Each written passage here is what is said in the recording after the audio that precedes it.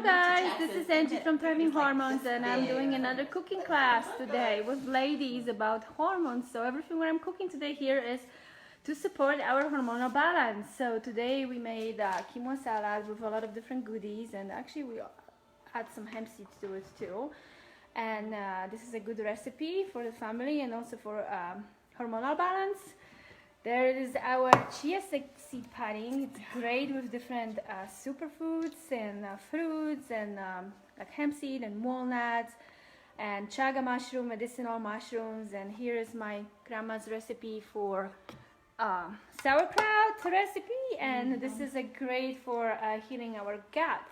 And another recipe is just very easy. It's going to be a popcorn for fun. Special kind of popcorn with sea vegetables because they have a lot of great minerals and we all need them. So this is me. Yeah. Thank you guys. We're going to eat soon. Bye. That's like, yum. Oh, how yummy. This looks so good.